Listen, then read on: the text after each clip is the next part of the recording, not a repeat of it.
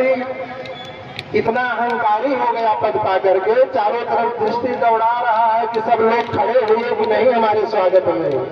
दृष्टि दौड़ाया तो देखा सभी देवतागण तो खड़े हैं, लेकिन 3 लोग नहीं खड़े हैं। कौन? ब्रह्मा, विष्णु और महेश। कहे ब्रह्मा जी मेरे पिता हैं, कोई बात नहीं। नारायण जी हमारे आराध्य हैं, कोई बात नहीं। लेकिन शिव क्यों नहीं खड़ा हुआ? ये तो मेरा दामाद था। ये बात उससे सहन नहीं हुआ। किससे? दक्ष से। दक्ष ने तुरंत कहा कि जब सभ्य लोगों के बीच में कोई असभ्य आ जाता है तो सभा की महिमा खत्म हो जाती है। सभी लोग एक दूसरे का मुख देखने लगे, हाँ कि यहाँ असभ्य कौन बैठा है। सब लोग चारों तरफ देखने लगे। तब कहे कि इधर उधर क्या देख रहे हो? अरे तुमको ये शंकर नहीं दिखाई पड़ रहा है? दिन भर भूतों के बीच में रहता है, श्मशान की राख लपेटता है। इसको किसी का सम्मान क्या है और अपमान क्या, इसके विषय में क्या पता? बहुत कुछ बड़बड़ बोला। नंदीश्वर भगवान खड़े हो गए। कहे कि दक्ष क्या कर रहा है? बाबा भोलेनाथ का अपमान करने किसी की क्षमता नहीं और तू अपमान कर रहा है। बाबा बोले शांत हो जाइए नंदीश्वर, ससुराल है, ससुराल के तो गाली सुनने ही पड़ती है। कहे कैसे सहन कर लो? कहे एकदम सुनना पड़ता सबको।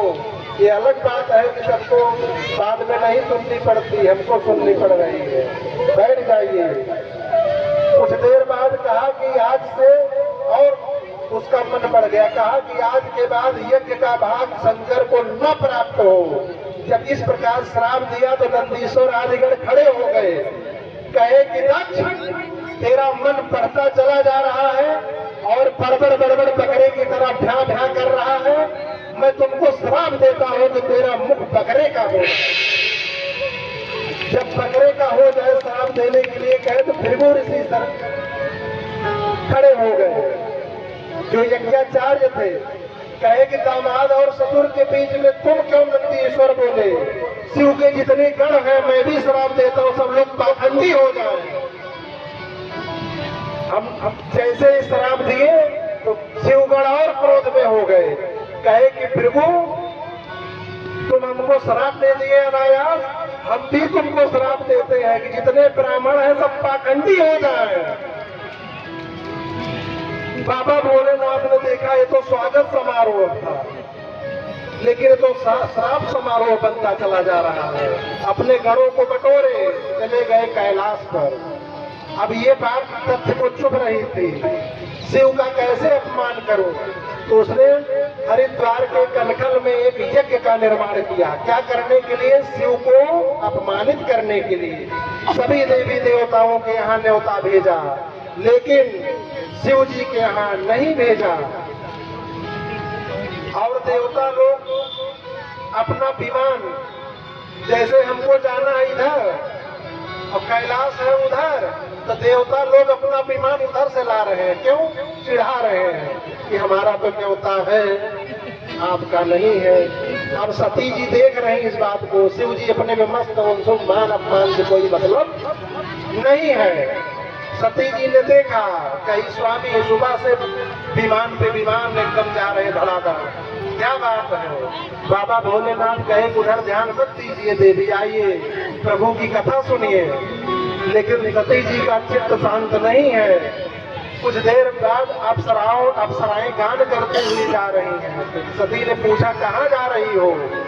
अप्सराएं कहे कि आपको नहीं पता है, आपके पिताजी ने बहुत बड़ी यज्ञ की रचना की है, हम सबका न्योता हम लोग वहीं जा रहे हैं। जब सती जी ने सुना कि हमारे पिता यज्ञ कर रहे हैं और हम लोगों को न्योता नहीं भेजे, कोई बात नहीं, तैयार होकर के आप लोग चलिए, मैं भी आ रही हूँ। शिव जी के पास गई, शिव जी से कही प्रभु आपके ससुर जी बहुत बड़े यज्ञ कर रहे हैं, हमको भी चलना चाहिए।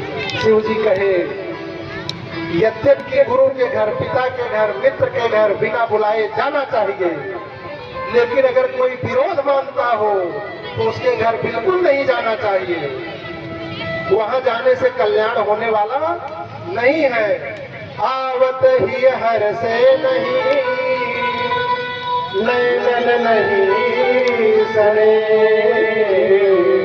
तुलसी वहां न जाइए, चाहे कंचन बरसे। वहां नहीं जाना चाहिए। कहाँ?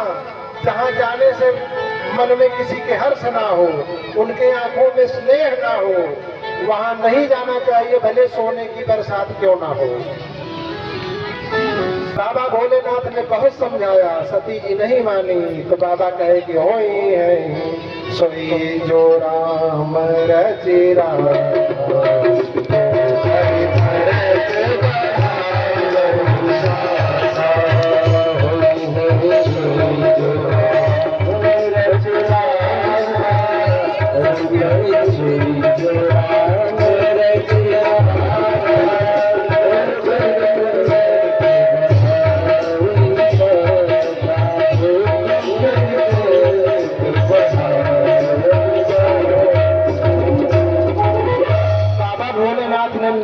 बहुत समझाया, सती जी नहीं समझी। तब बाबा भोलेनाथ ने अपने आप को समझा लिया। जब आपकी बात कोई न माने, एक बार समझाइए, 2 बार समझाइए, 3 बार समझाइए, फिर भी न माने, तो चौथी बार अपने आप को समझा लीजिए कि होई है सोई जो राम रचि राखा, वो कर तर्क बढ़ावई शाखा।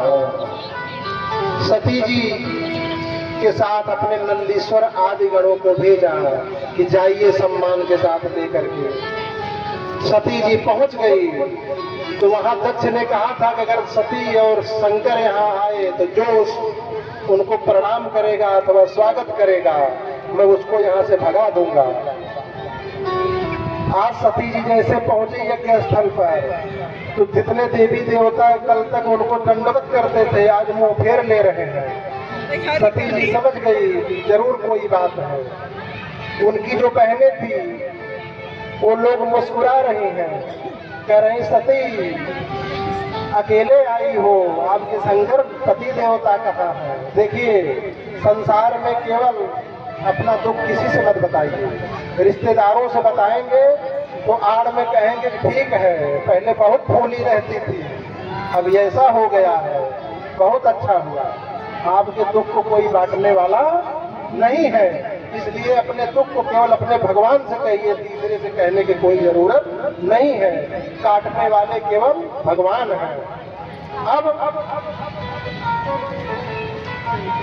कई कहा माता के हाथ, तो माता का हृदय तो कोमल होता है।